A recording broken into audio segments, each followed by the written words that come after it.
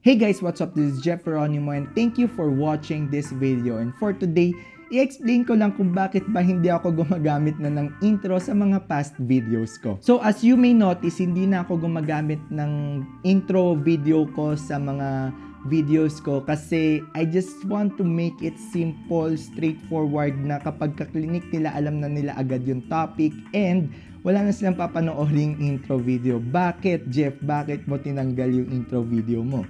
Kasi napansin ko sa YouTube Analytics, syempre, hindi tayo gumagawa ng action without factual basis, lalo na sa YouTube, guys. So, going back, yun, nakita ko sa YouTube Analytics ko na merong significant number of videos na sa intro ko pa lang or sa intro video ko, umaalis sila. May dip.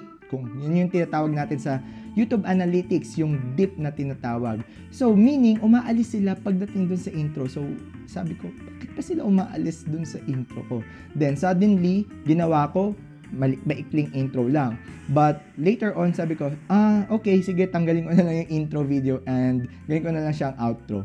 So, that's the real story behind dun sa mga past video ko kung bakit wala na akong intro. And also, kung mapapansin nyo pa bago-bago ako ng setup kasi yun, nag-explore pa ako sa small space ng office or ng home studio ko kaya hindi ko pa alam kung saan ako mag-shoot, but let me know in the comment section if this setup is much better compared dun sa dati. So, I think okay siya and yung mga past video ko kasi it's either poor yung lighting kasi sa position ng lights ko kasi medyo malaki and limited yung space or ano naman yung mukha ko masyado madaming tigyawat. So, kidding aside.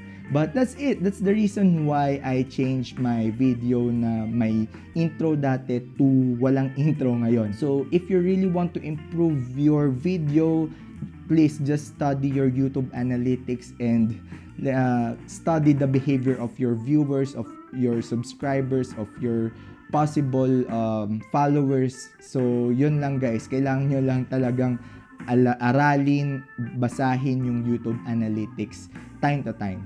So, yun. That's it for today. Thank you for watching this video. And if you want to learn more about photography, videography, editing, and vlogging, consider clicking the subscribe button. And also, if you like this video, don't forget to click the like and share button. And plus, we have our Buy Me a Coffee site linked in our description box below. Once again, this is Geronimo.